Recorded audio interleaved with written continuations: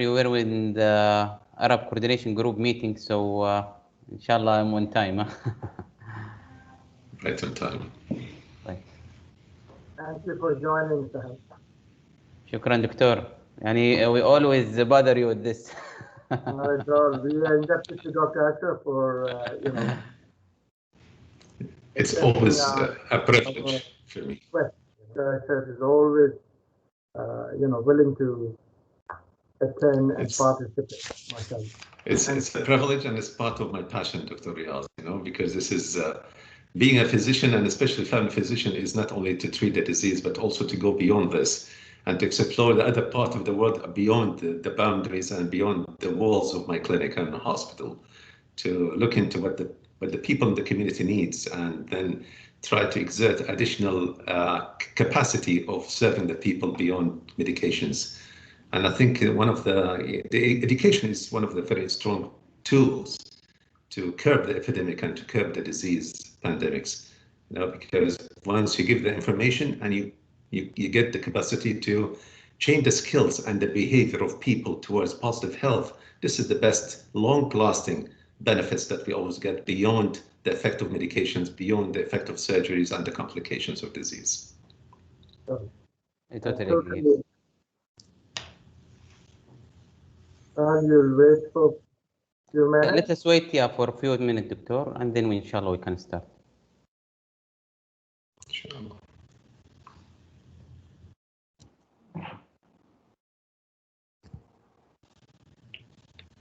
السلام عليكم ورحمة الله. عليكم السلام ورحمة الله وبركاته.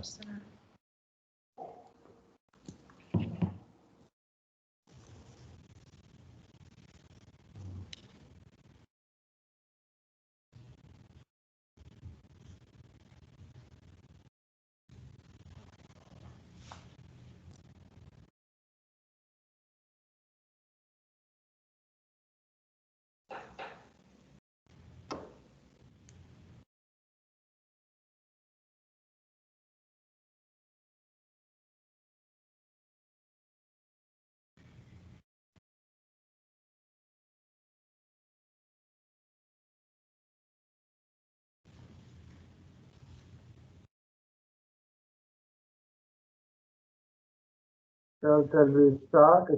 Yeah, I think we can start, Dr. Riyad.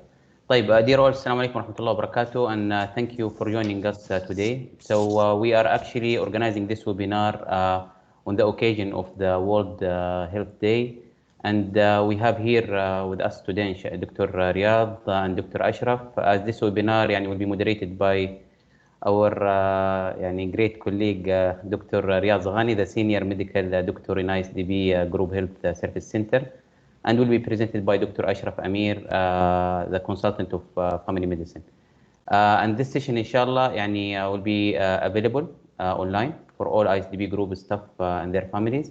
And without further ado, I will hand it over to you, Dr. Riyad, the Senior Medical Doctor of ISDB Group, to moderate this session with many thanks. Dr. Riyad, please, the floor is yours. Assalamu alaikum wa rahmatullahi wa barakatuh. Hope you and your families are fine and doing well during this difficult time.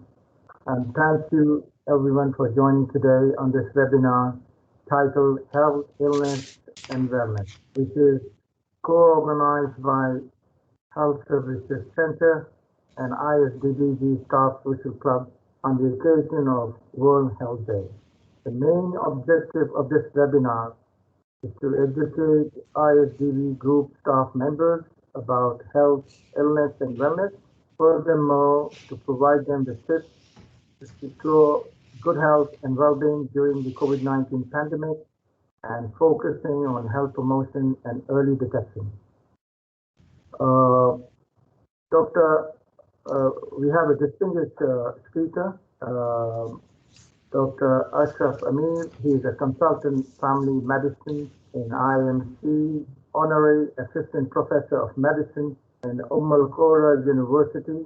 He is also a CEO of Salam Home Health Care and vice president of Saudi Society of Family and Community Medicine in Saudi Arabia.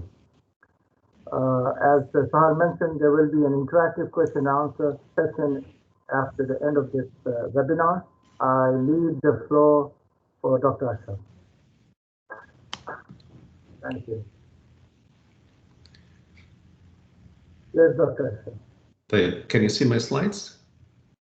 It will take a little time. Can you see the slides?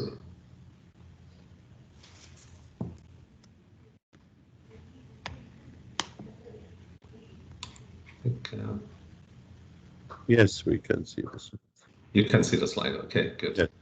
So,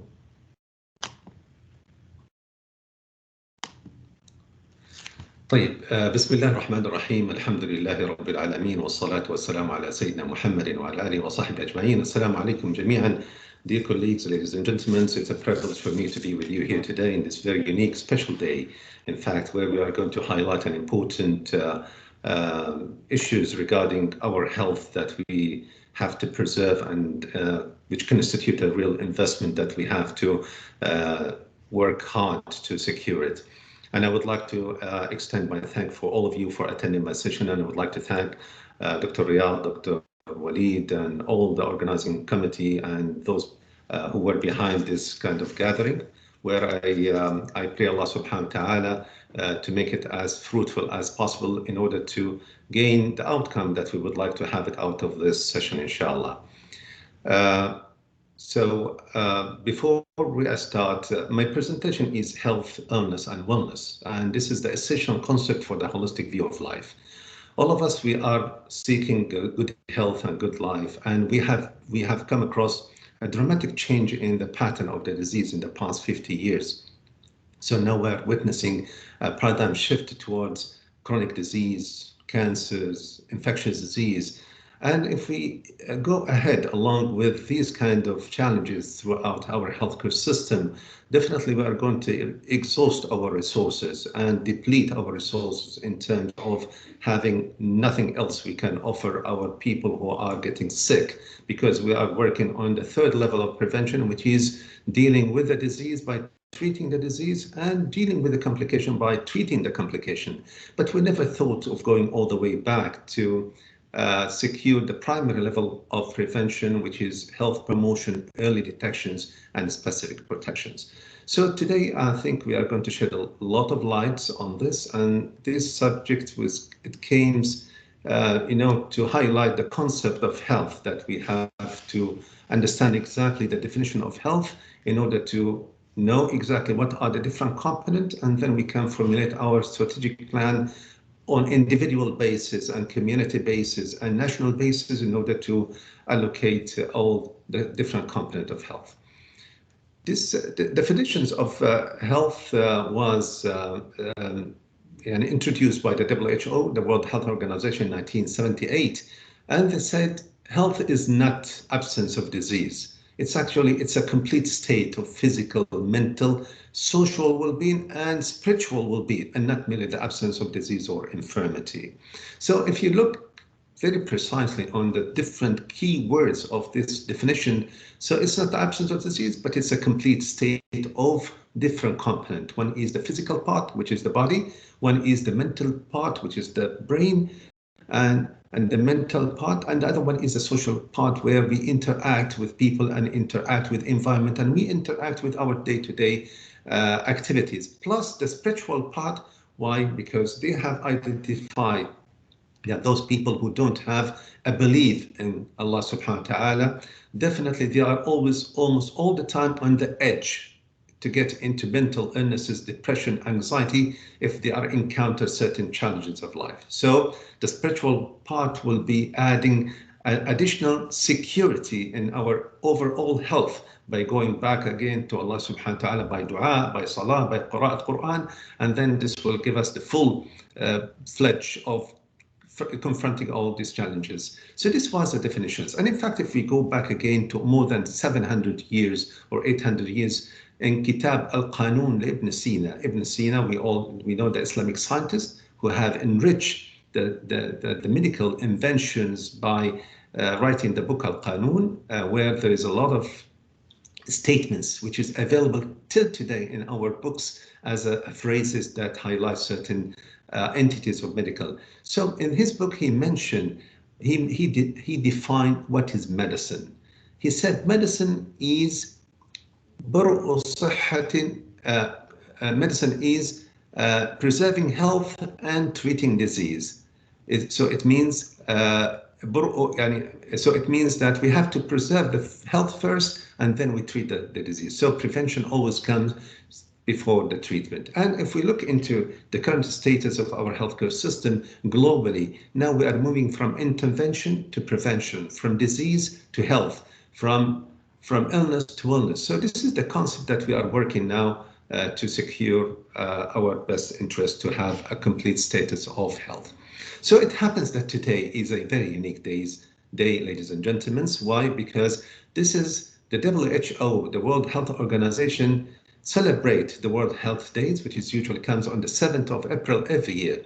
And the theme of this year, it was drawing the attention to specific health topic of concern to people all over the world, which is COVID-19, which hit badly the globe for the past 1.5 years. And the theme of 2021 was building a fairer, healthier world. So it means that because of the COVID pandemic, which has been hitting the different healthcare systems, especially the poor countries and the developing countries where they don't have a lot of facilities and capabilities to tackle the problems. So regarding the diagnosis of COVID or even the treatment of COVID or even the vaccination of COVID. So now the global direction was to help those countries and to donate some kind of support for them, in order to tackle this pandemic along with the other well-developed countries. So this is why we are here today, to talk about health in the World Health Days. But before that, let me explore the spectrum, which was developed by John Travis, and this was a long time ago, where he put a spectrum where there is a wellness developing on the right side and there is a disease developing on the left side. And many of us, in fact, if we ask ourselves where we stand in this kind of spectrum, definitely we think that we are in the comfort zone, which is actually, we call it as a false wellness. It's not a wellness at all. Why? Because it's a neutral state between the two extremes. So usually we don't have any symptoms of disease, and we have some kind of nutrition inconsistency. So we don't eat the proper diet meals, and we don't eat on time. We don't eat the proper quantities and the qualities of food. And we exercise sporadic. So we don't have exercise as a usual day-to-day trending and activities. And the health is not a high priority for us. So we think that we are in the comfort zone. Actually, we are in the false wellness. So if we just move towards the left side, where there is the spectrum of the disease, usually there is a poor health where there is we start having certain symptoms like short of breath, chest pain, dizziness, or whatever. And then we start taking certain medications, or we might undergo to surgeries, and we lose the normal functions sometimes because of these illnesses. But if this complicated more worthily and goes all the way to the disease, so there will be we need multiple medications, we have a poor quality of life, and we become dependent on others, in order to lead our day-to-day life. And God forbidding, this will be the premature death which will happen. But from the comfort zone, if we go to the right side, where we have a regular exercise, we care for our nutritions, and we have a wellness educations where we adapt certain skills in order to lead a healthy life. Definitely we minimize, there's a minimal nerve interference. Usually this will lead us to the optimal health, where it's 100% functions, and there will be a continuous improving and active perceptions of wellness lifestyle. So with this, we can go to the higher level of well-being, where we have a high level of wellness. So we enjoy the true health. So this is where we have to identify where we stand now in the comfort zone, and we have to move all the way with our mental perceptions of the healthy lifestyles to go to the right side towards the high level of wellness. So this is the dimensions of wellnesses. As we have said, there is a physical health, and there is a social health, there is mental health, there is also environmental health, and there is emotional health and spiritual health. So these are the different 8 components of the dimensions, and each one is very important to secure the complete status of health and well-being. So as we have said that health is not absence of disease, but it's a complete state of all the different 8 dimensions of wellness that we have talked. So what is the definition of wellness? So we know that what is health? Health is a complete state. But what is the definitions of wellness? It's very unique, and we have to differentiate between health and wellness.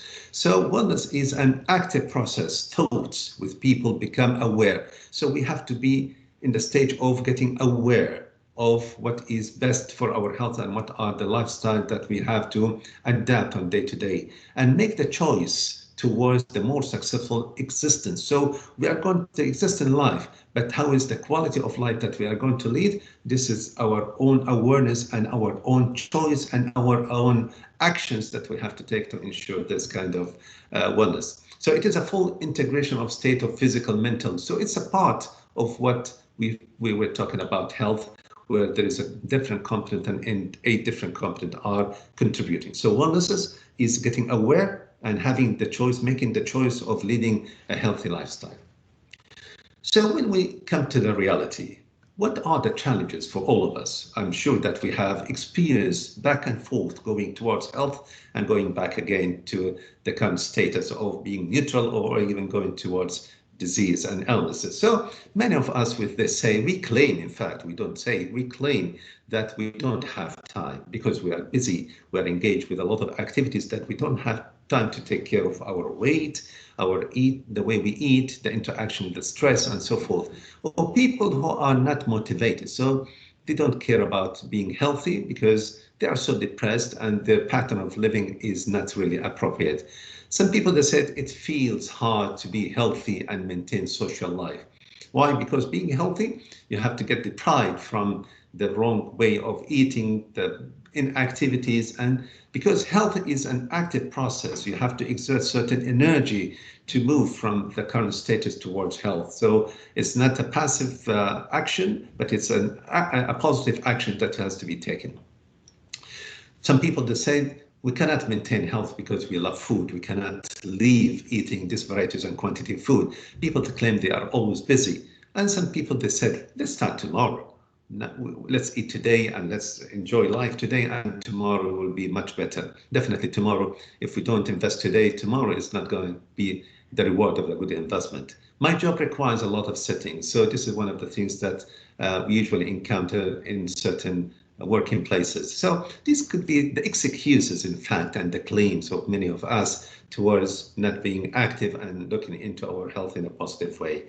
So our population in Saudi Arabia become more prone to risk of illnesses because of this kind of conceptions in many people and majority of people, and this has been reflected in the dramatic change in the landscape of our way of encountering disease in Saudi Arabia. And it has been said that 37% of the death because in the Saudi Arabia is because of the cardiovascular disease. And with the cardiovascular disease, it means diseases that related to the heart or the circuit or the vascular system, the blood vessels. And the cardiovascular death is the leading cause of death in Saudi Arabia. And among the 6 Gulf countries in the GCC Kingdom of Saudi Arabia is had the highest death rate from the cardiovascular disease. So we scored the highest among the different GCC countries. The risk factor that include usually high cholesterol, patient with diabetes, high blood pressure, smoking, elderly patients, and even certain gender like male are more prone than female. And those people in the pre-diabetic state, they are constituting a majority of our population at risk currently. And in fact, we have the kidney disease and the chronic inflammatory disease. But when we talk about the most important element that secure the highest devastating outcome in our health of our population in Saudi Arabia was the cholesterol. The high cholesterol is the predominant risk factor. So if we just look into the figure in the bottom of my slide, so we can find that dyslipidemia is 68% Abdominal obesity is 56%, the prevalence. And diabetes is obesity is almost 45% for those who have body mass index more than 30.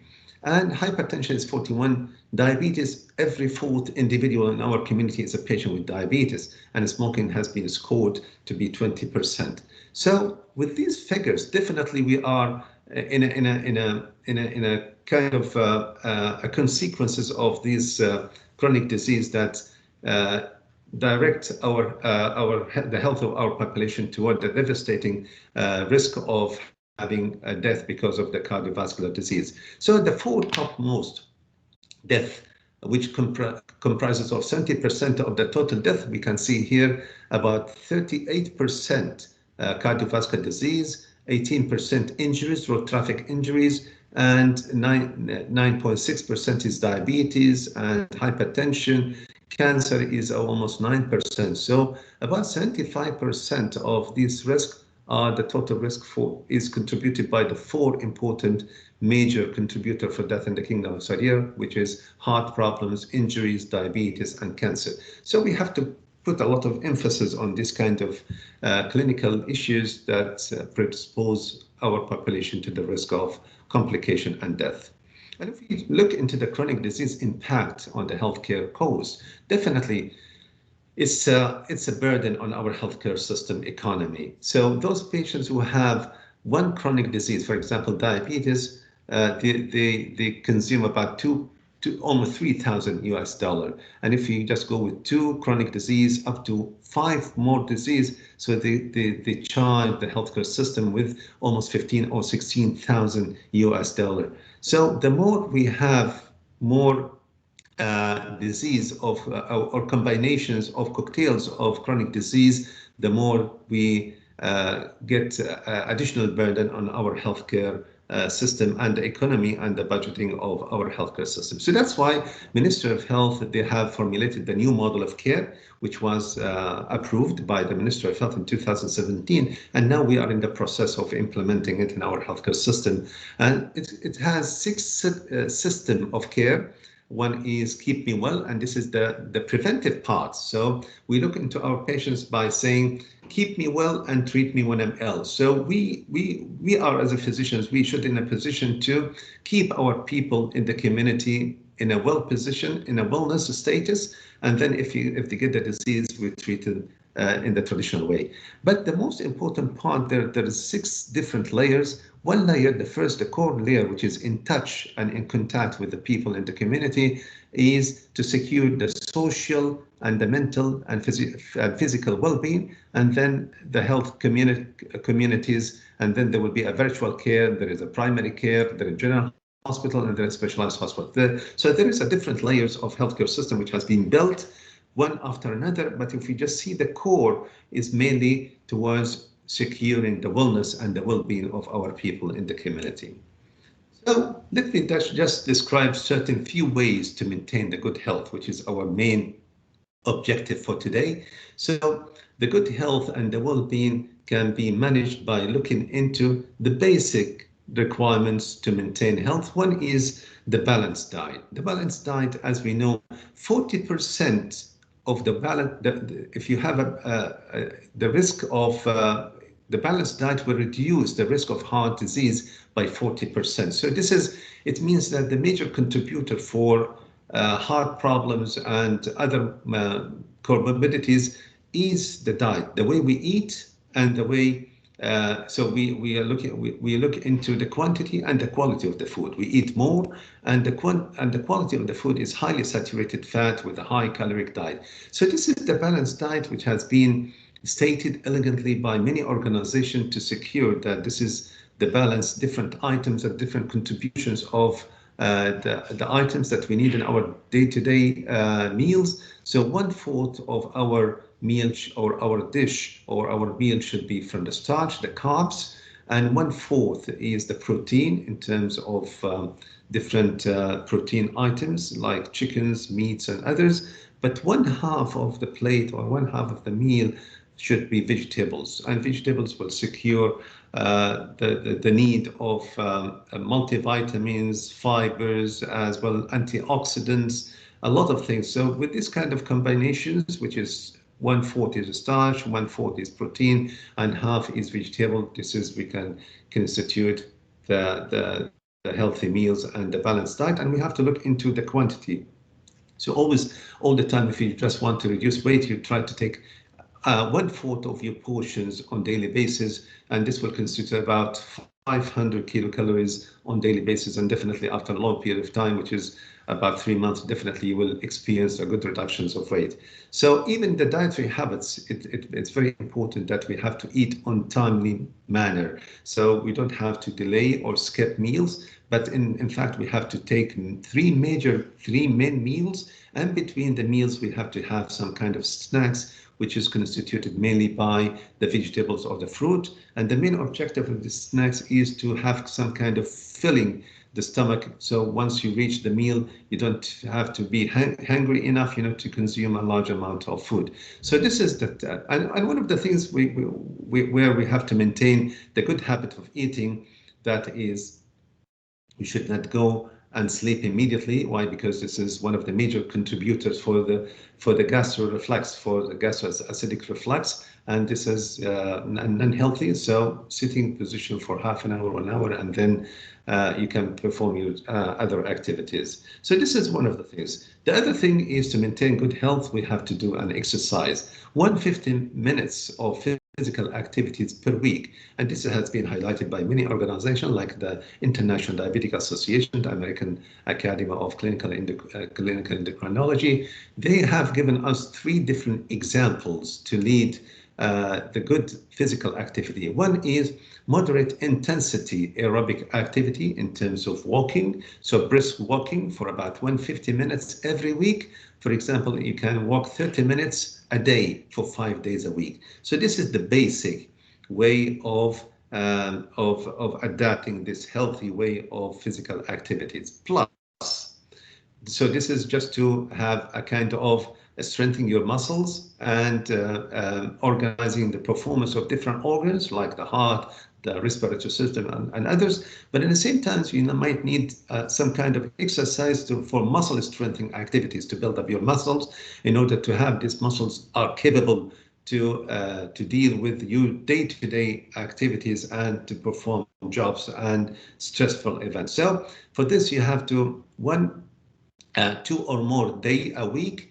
that work all the major muscle groups, like for example, the legs, the hips, the back, the abdomen. So with this kind of exercise, using dumbbells, simple things, simple exercise, this will ensure the strengthening of your muscles. The other example, if you don't want to do this, you can go for the other example, which is a vigorous intensity aerobic activity, which is a jogging or running for about 75 minutes. So it means 1 hour and 15 minutes every week. So this is, you can accelerate the burning and you can accelerate the physical activities by having more intensity aerobic activity, plus the muscle strengthening. You have to do it in the same way in order to build up your muscle. But some people, they prefer to go for some kind of combination between example 1 and type 2.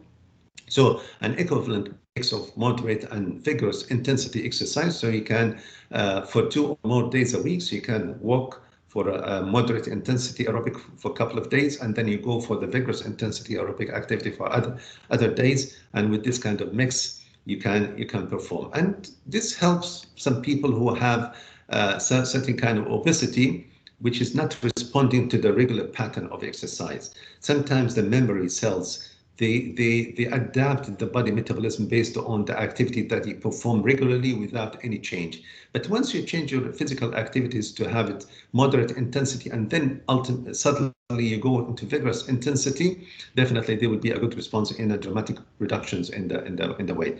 Plus, you have to go do the muscle strengthening activity. And this, I think, this is the missing part in our day-to-day. We think sometimes that walking is enough.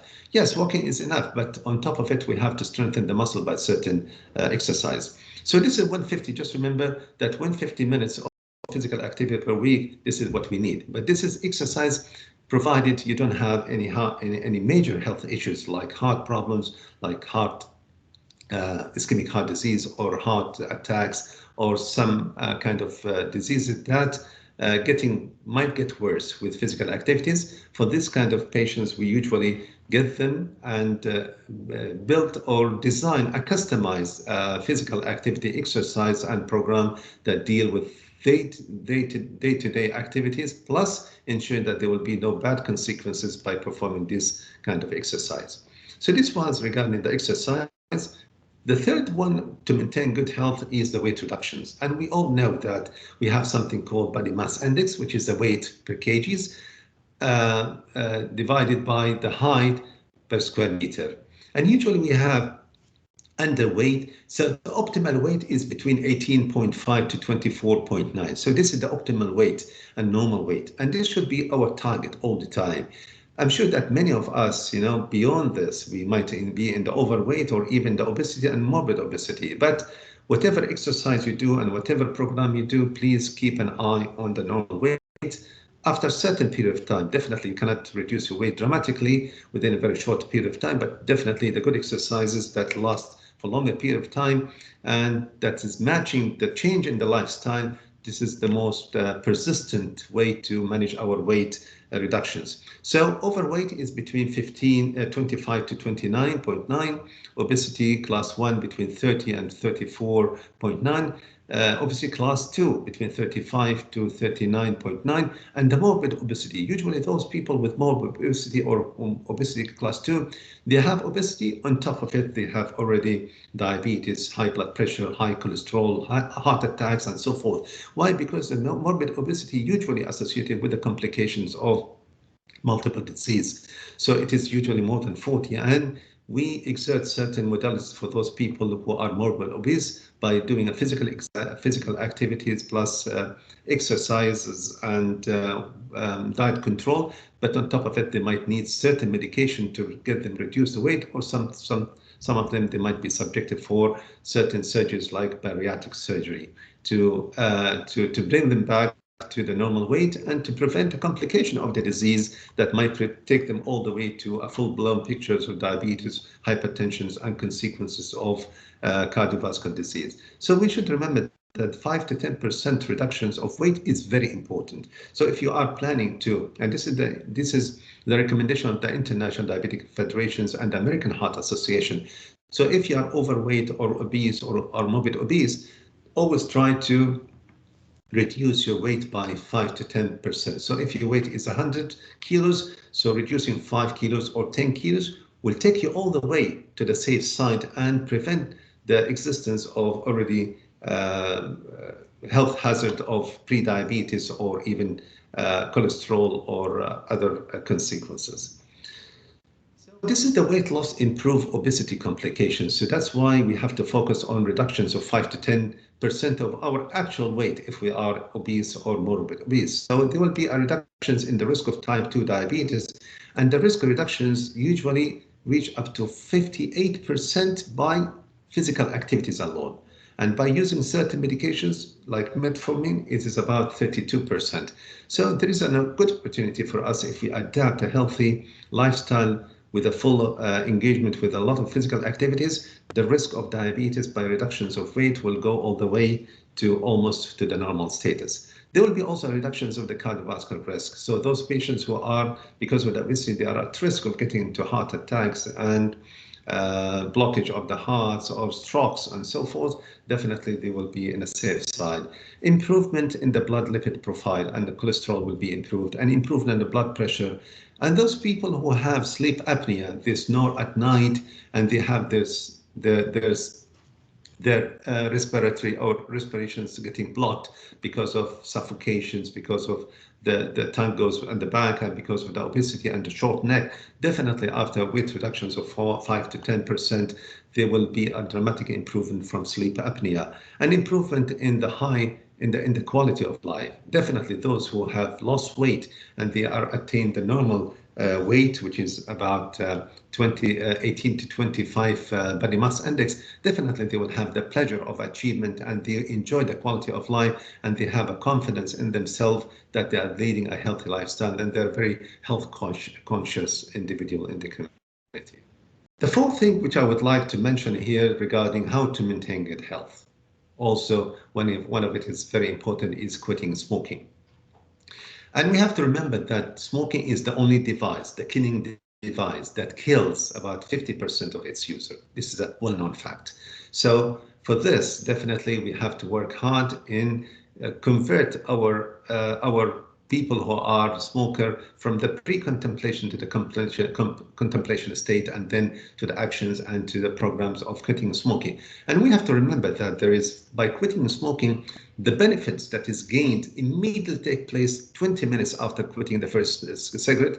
There will be a blood pressure and the pulse return to the normal. And even the oxygenation between the carbon monoxide and the oxygen will take place in favor of good oxygenations. And this is and after 24 hours, 14 days, one year, and so forth. So the more we advance in quitting smoking, the more gain we are getting till the first year. The first year is very important year for the smoker. Why?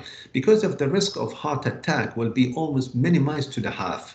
So you are reducing 50% of the risk of heart attack by quitting smoking. But look, after 10 years, what happens? The risk of dying because of the lung cancer is much lower, and the risk of having cardiovascular disease or heart attack will be almost equal to the non-smoker. So it will be almost a zero or equal to the non-smoker. So there's a lot of things that we are gaining from time to time, and we have to go all the way to make sure that we are a quitter.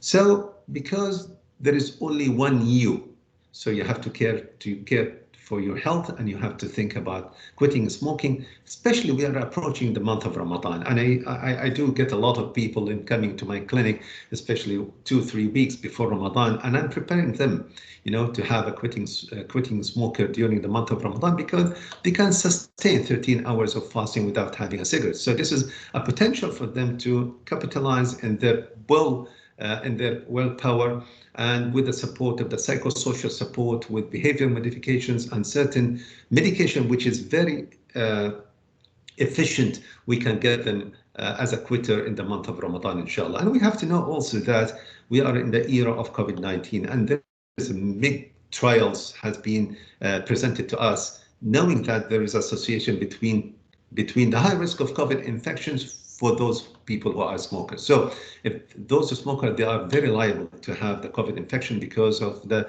reductions in the immunity of the health of the respiratory system, and the virus can go easily through the respiratory system to mitigate the infections with the full-blown pictures of respiratory arrest and respiratory failure. So usually what we do, we do a preparation stage. This will take place in the first encounter between me and my patients. So we set up the preparatory stage where there's many items that we have to agree, and we do the behavior modifications with the assistance of the psychologists and the social workers, and then we go for the psychosocial support. So the people in the members of the family or the colleagues at work, they should support the quitter, so in order to go ahead with his will to secure the quitting at the end. And then we use the medications. In fact, we have 3 different medications. We have the nicotine patches with different grades, 21, 14, and 7 milligrams. And we have the bupropions, which is one of the medications that we use it for depressions. It is approved to be used for smoking cessations because it tackles the withdrawal symptom, which is more devastating for the smoker.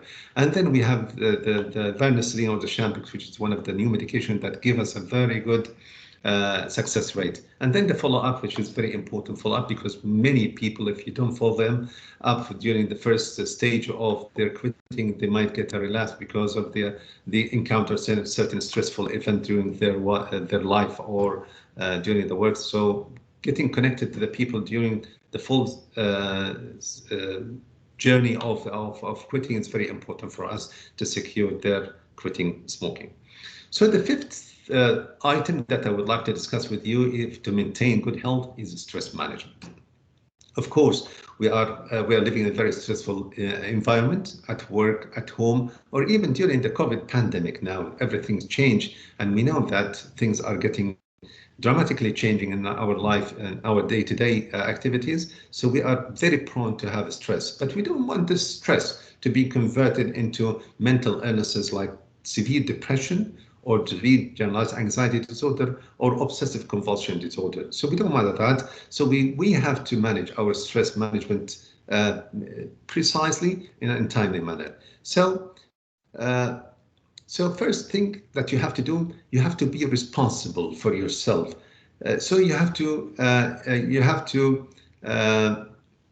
introduce the concept that you are in control of everything. Whatever things are missing, still you are in control, and you establish the priority always, and take things one at a time. So if you gather things together, you'll be confused and you will be burned out. And keep always the things that you do in a simple way. So don't complicate it and try to fragment the things that you have into different pieces and tackle each piece by piece in timely manner. So the other things is the reflections. Know your stress triggers, and this is very important for us. Many of us, we don't know that we are having certain triggers around us elsewhere. So we have to identify them, and we have to stratify them, and we have to identify the size of this stressful, and we have to put certain solutions to encounter this stressful without any kind of impact on us. And check your work balance in life. So we love our work, but still we have our family life. So we have to make the balance between these two engagements in order to have a well-balanced stress management way. So the relaxation, when it comes to relaxation, please do something good for your health and for yourself. Reward yourself. Schedule worry time. Usually this is one of the concepts that many people do it. If you have something which is worrying you all the time and you know that you don't have the solution, you don't have to think about it every minute and every single hour of the day. You said, okay, we will keep 1 or 2 hours at the end of the day. This is specifically allocated for this kind of stress. So this is the worrying time, so I love it. So you can enjoy the peace of mind for the remaining part of the day. Unplug the mobiles and technologies that keep you connected with a lot of stressing events. So the fourth one is the relationship. Maintain a supportive relationship and always try to find the positive energy distributors, so people around you, colleagues, members of the family, friends. They charge you with a positive energy. You need this kind of people around you, and then avoid the negative people who are always come and complain and make you depressed and burn out. Refueling, eat a balanced diet, as we said, and do physical activities. This will regenerate the dopamine and serotonin, which is the hormones of pleasure. And then you can enjoy the life by that one. And then the recreations, laugh, enjoy the moment. Once the moment comes to you, don't miss it and don't leave it. So enjoy it and feel and live the full moment of the pleasure second by second, and learn how to have fun with your family and your kids. So this is the way, in brief, we can do something for stress management. The sixth thing which I would like to highlight to maintain good health is a sleep hygiene. We sleep sometimes, but our sleep is interrupted, is not well prepared. And once you have the 6 or 8 hours of sleep, this is very precious. It has to be very well respected time of your day to enjoy the full quality of sleep that you would like to have, the rapid eye movement, and you can enjoy the sleep. And then when you get up, you have refueled your organs and you have recharged your systems, but with the positive energy, so you can go ahead with the second day with the full energy rather than getting tired, headache, and you have a tendency to sleep during the day. So what are the advices? Go to the bed and get up in the same time every day. So this is very important, so you don't have to have you don't have to sleep late or to sleep in interrupted time. This is one of the points. The other thing is invest in your sleeping environment. So because this is a very precious time that you spend, which is 6 to 8 hours, so you have to have a very comfortable mattress, good pillows, good environment. The temperature should be reasonable, and dimming the lights and so forth. And avoid caffeine and smoking before the sleep, because this will causes palpitations, and this will enhance the sympathetic system in your nervous system, and you will be quite anxious and you won't get that sleep. And be physical active, of course, not before sleep, but if it's a pattern that you can do it within 3 hours of bedtime, so you can perform certain activities that get you tired and drain some of your energy, and then when you go to sleep. But at least you have to maintain 3 hours between the last physical activities. And there's certain things you should not do it, so don't go to bed when you are not tired. Okay, so otherwise you will be in a vicious cycle. You try to push yourself and to force yourself to have a sleep within 15 minutes. If you don't get the sleep, leave the room and go to somewhere where you can read a magazine or you can watch a TV. And then once you get the feeling of sleep, you can go back again. Because those people who try to force themselves, they go into virtuous cycle and they get insomnia as a consequences. So this is one of the modalities where we have a sleep hygiene modalities. Don't nap for a long period of time. It's well known that half an hour maximum. This is a good timing, and you have to. It should not be after 5 o'clock because this will interfere with the night sleep. Don't eat heavy meals before bedtime. This is one of the things because this will overload your body with a lot of food that has to be processed, and don't use the tablets or the phone during bedtime. So this is in brief the sleep hygiene. The seventh thing which I would like, the water intake. It's very important that all of us as an adults, we have to drink about 2 to 3 liters per day. And knowing this is very important to make sure that we have a good hydration in our health, in our body, as well as to ensure the functions and the proper functions of certain organs like the kidneys.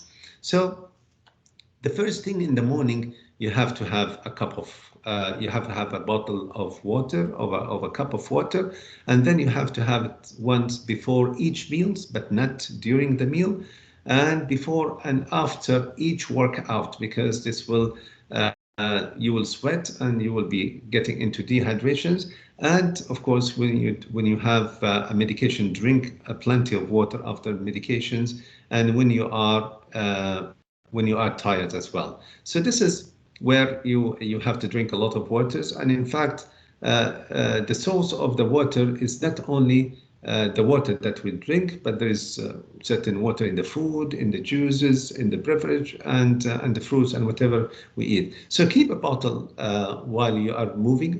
When you go work, keep a bottle of water and count them, in fact, and set a reminder. Some of the mobile, there is certain applications that will remind you that this is the time to drink the next bottle of water, and the application will count it. How many bottles of water you have consumed at the end of the day, and by this you make sure that you are hydrating yourself. Exercise can help you feel thirsty for water, and use, of course, the bottles that has certain calibrations to make sure that you are calculating what you have drinking. The eighth thing is the periodical health checkup.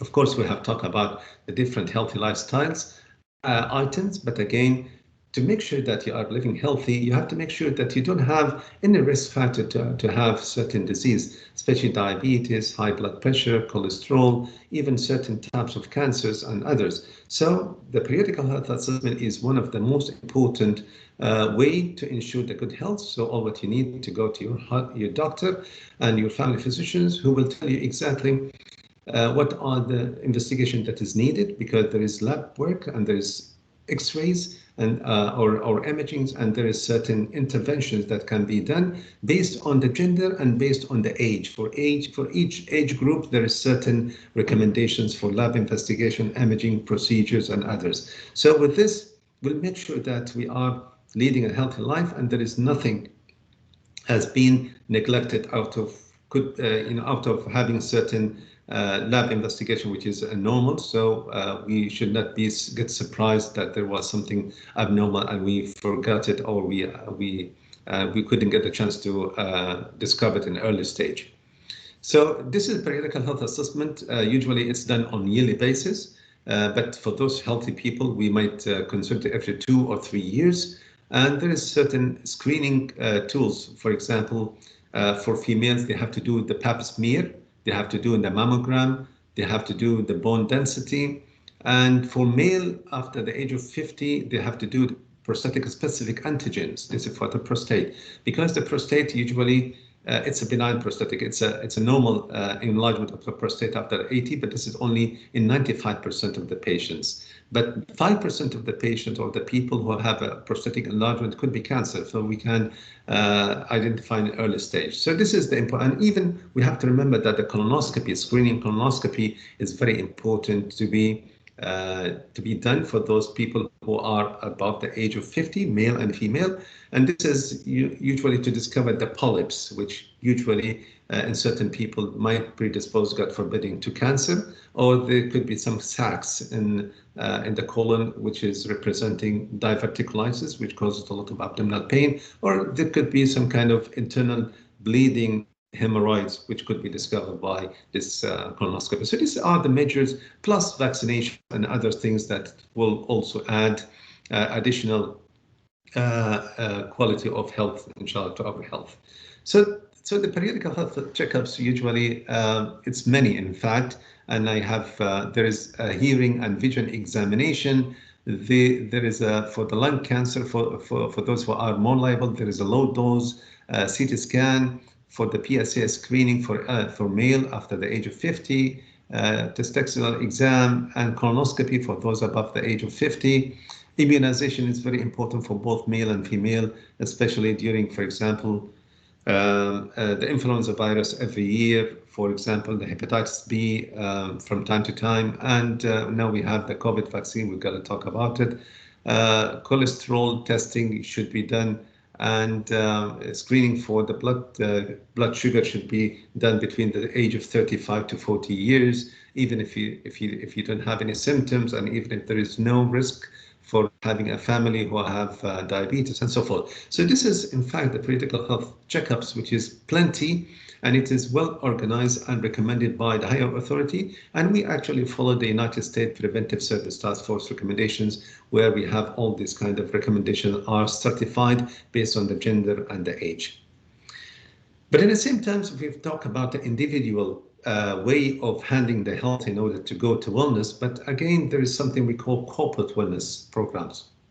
So this is usually adapted at the level of the organizations and institutions, and this is usually consists of many parts. One is healthy meals. One is allowing the staff to perform certain exercises within the premises of the workplace. Quitting smoking program. We can there is a certain programs can be delivered within the corporate to allow those smokers to be quit, and there is stress management and relaxation technique where all the staff who are at the edge of getting burned out or they have some kind of stress, they can adapt these exercises and these modalities of program to ensure that the corporate is enjoying the good health and the wellness as well.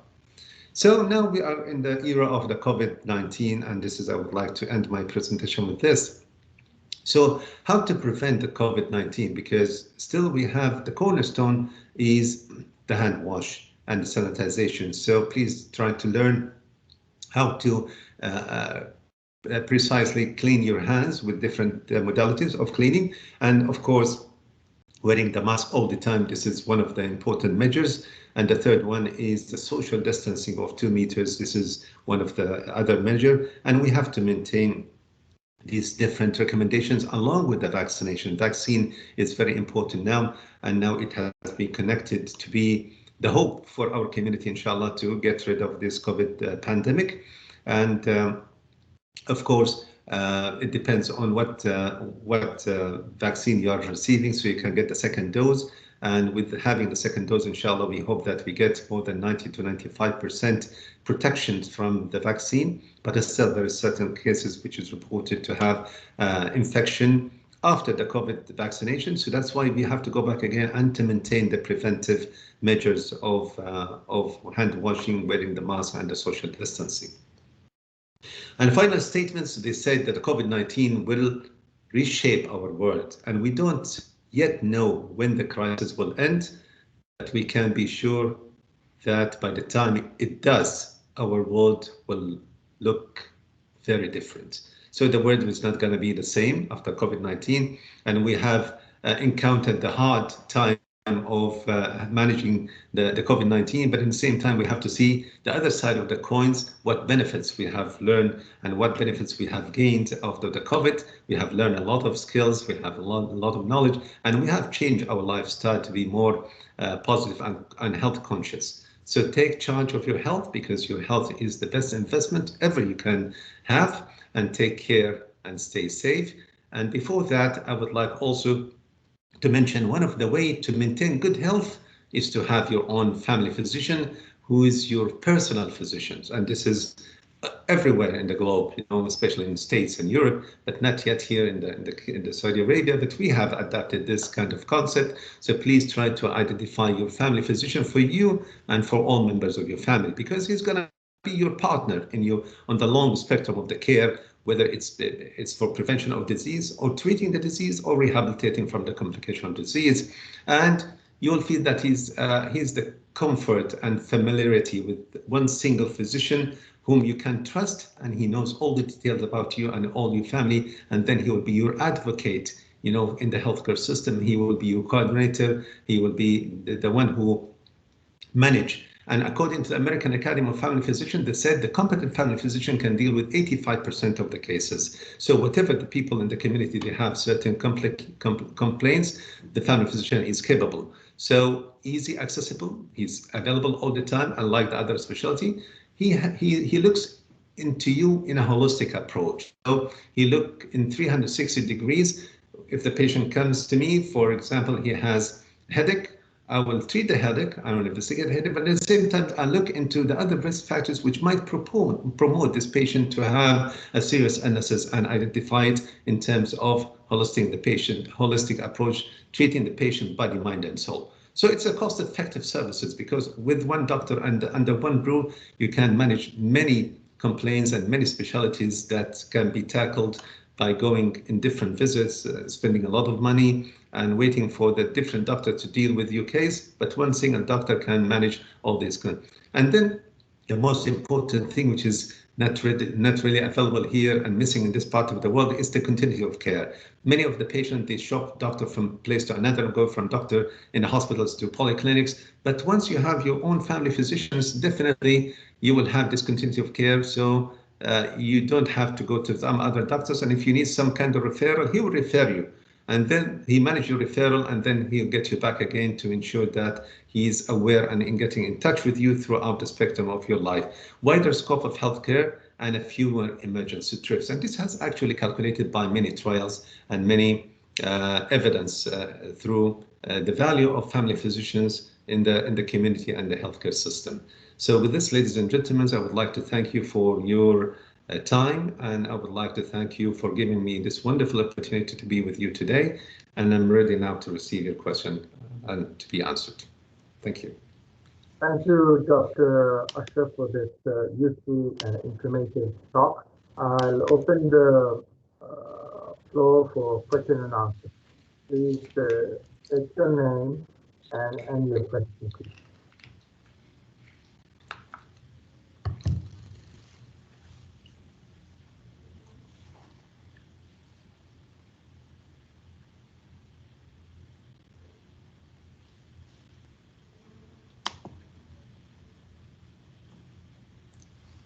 I guess everybody understood everything very clearly, Dr. Ashraf. Well, I think the most important part of the session is the questions, because the subject which I delivered is well known, I believe. But to answer the concern and to touch with the questions which is I'm expecting, I think this is will be more rewarding for all of us, inshallah. Feel free to ask Dr. Ashraf anything you'd like to discuss with him.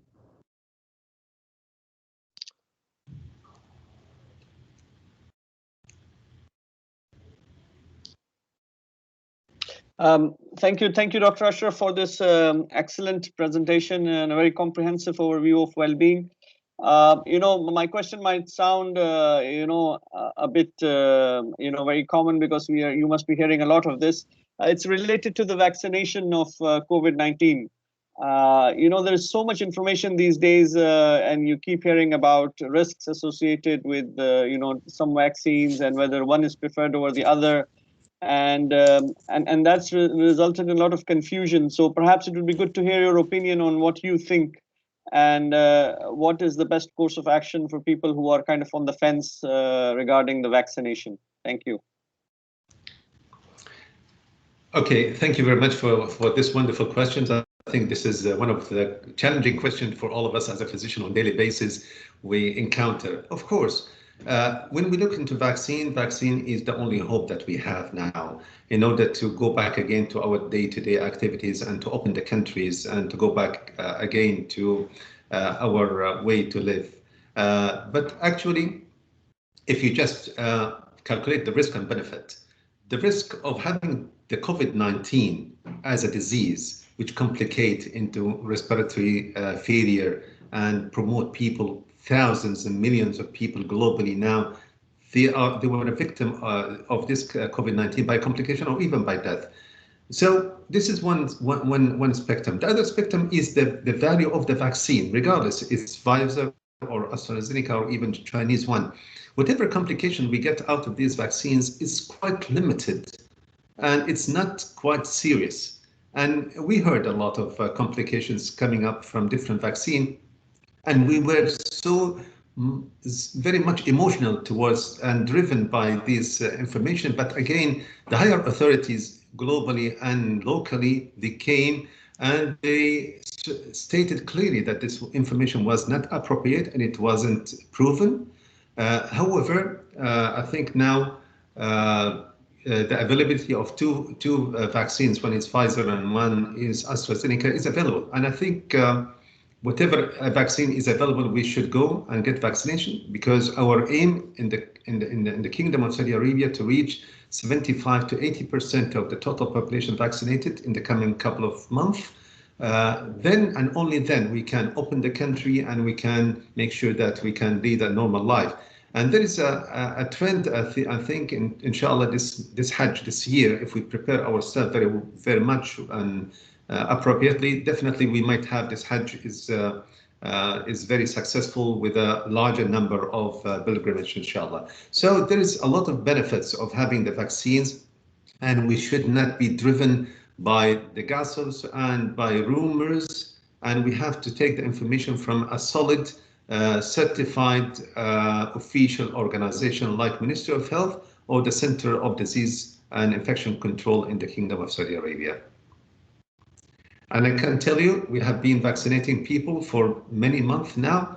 Alhamdulillah, so far we couldn't get any kind of complications. All the complication that we have is a local complication in terms of redness, pain at the site of injections, headache sometimes fever, low-grade fever, and then these things are disappeared. And we have to know that the people at risk to have the vaccination as a priority group, they are elderly patients, patients with chronic disease, patients who have a low immunity because they are receiving certain immune suppressant agents like steroids and so forth. So those people, we should give them the priority to have the vaccines, and then the others comes. And there is a strategic plan which has been planned very elegantly by Ministry of Health in time phases, where we have to tackle the high risk, and then we go all the way down to ensure the full coverage of our patient. So my opinion, which I always advise it to my patient, please go ahead, يعني توكل على Allah, and then go ahead, inshallah, with these vaccinations, and we will be very proud that we have secured a good protection for our country, and we should be, inshallah, the role models for the other country, inshallah, with these initiatives. And we might think also that the vaccines, it could be anyone later on, and this is certain indications and certain studies showed, because we don't know how much is the immunity that we are getting out of the vaccines till today. So because of this, certain trials now in Italy and others, they said it could be an annually. So every year we might get the COVID vaccination like influenza vaccination. So it could be combined together, because they are coming in the same seasons and they have the same feature. I hope that I answered the question. Anyone else? If you allow. I think Brother Shamil, yes. raised his hand. First of all, thank you, Dr. Ashraf, for the nice presentation. I think it's very, very important nowadays, especially that we moved back to where at our homes, mostly sitting at home. So I think the health became quite an important topic for many of us. My question also in continuation of the vaccination topic. As we know, most of the vaccines, all of them regarding COVID, the new ones, recent ones, with maybe not proven effects, not very well tested. And you mentioned that it's important to listen to the verified sources. And what recently came out is that in Germany, for example, they officially restricted the usage of, for example, AstraZeneca. Given all this information that's coming from here and there, because many countries now starting to test these vaccines, and then only now they start to see the side effects, do you think it's a wise strategy to wait a little bit and see when the vaccination reach enough level so that we can see clearly the side effects? Do you think it's a wise strategy nowadays to wait and see which the vaccine is the most reliable? Thank you. Yeah. Thank you once again for the nice question. Of course, let me tell you the history of vaccination invention, and when we would like to manufacture a vaccine or introduce vaccine for the first time, the whole process takes 10 years, between 7 years to 10 years. And of course, there is 3 different phases to manufacture the vaccine. One is the preparation of the vaccine. This is phase 1. Phase 2 is to test its efficacy, how much it is effective and efficacious to tackle the disease. And the third phase, which takes longer period of time, is the phase of safety. So because of the pandemic of the COVID, many countries and many labs across the globe, they were trying to get the best vaccine. That's why we have tens of vaccines globally. And because of the importance of having this vaccine, which showed some kind of efficacy in the phase 2, but not yet reached the phase 3, so the CDC and the WHO, they get the fast track approval. And even the Saudi FDA, they gave a fast track approval for the COVID, AstraZeneca and the Pfizer. So this is in order to tackle a more serious problem than the simple complications of the disease. Of course, we have heard that there's certain countries, they banned the vaccinations. Still, we are in the learning phase. But again, once we weigh risk and benefit, the risk of having simple complication of the disease outweigh, the benefit that we get is outweigh the simple complication that we get from the vaccine. So we have to go for it. And I believe that the Kingdom of Saudi Arabia now, we have 2 vaccines. One is the Pfizer, which is available in the airport here.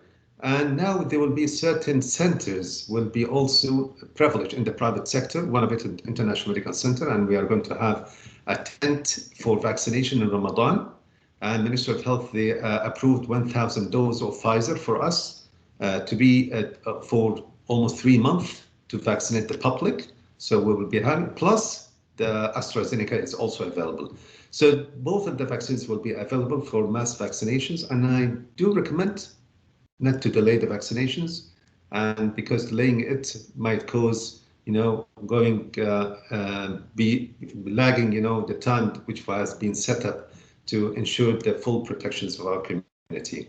Especially we are, all of us, we are educated people, and we have to have the proper mentality to lead by example the other people who don't have the right information and they are reluctant and they are spreading the rumors. And this will impact negatively all the initiatives that we would like to have to secure the best interest of the health of our people.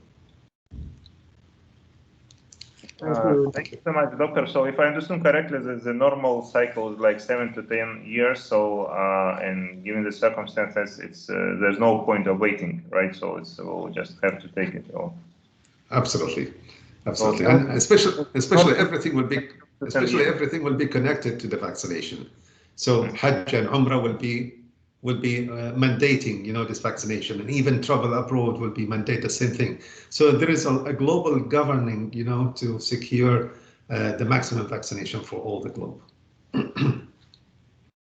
Just to add to Dr. Ashraf, you need to be careful because there's no definite cure for COVID-19. So taking a risk like this, there are chances of mortality, and you're, seeing in your loved ones, many of them have gone away from this world.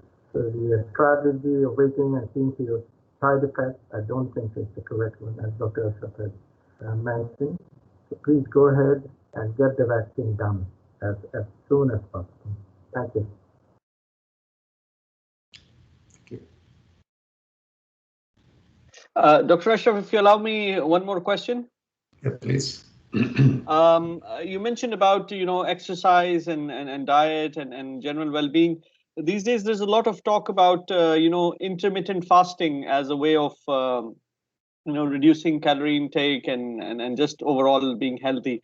So I just wanted to hear your opinion of what do you think from a medical standpoint of intermittent fasting as a way of maintaining, because normally it's difficult to keep on a diet for a longer period, so I'd like to hear your thoughts on that, please. Okay, intermittent fasting is one of the proved way for weight reductions, and it has its own value in certain people. But actually what we are looking for is a lifestyle modification. So we have to change a total transformation of our lifestyle. So lifestyle to maintain the healthy, the optimal weight, we have to have the healthy style of eating in terms of choosing the proper stuff of food that we eat, the quantity, the quality of food, and the timing, and so forth. Plus the physical activities, the right physical activity that we have to perform and strengthen the muscle, as we said. These two entities, if we adapt it and it become part of our way to live, definitely it will be impacting our health positively by maintaining the proper weight. Intermittent fasting could be used, but not for a longer period of time.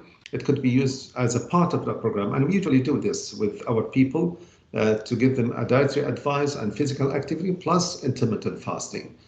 So with these three components, definitely we get a good reductions of weight, and they feel more happy of performing this kind of activities altogether. So fasting is good, but it's not alone. It has to be combined with others. Thank you. Any more questions?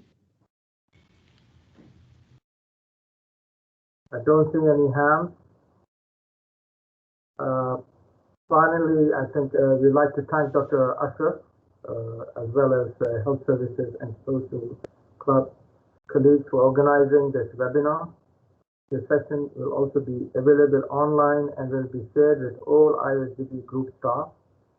Stay safe and hope to see you soon in the next webinar and other online activities, inshallah. Wa alaikum assalam wa rahmatullahi wa barakatuh. Thank you. Thank you very much. شكرا يا دكتور، يعطيك العافية، جزاكم الله خير. الله يعطيك العافية أختي رنا، جزاكم الله خير. شكرا لكم جميعا وشكرا على هذه الفرصة الرائعة، والله سبحانه وتعالى أن يكون وفقنا وفي هذا العمل الطيب المبارك بإذن الله. إن شاء الله. الله يعطيك العافية، شكرا. راكم على خير، في أمان الله، مع السلامة.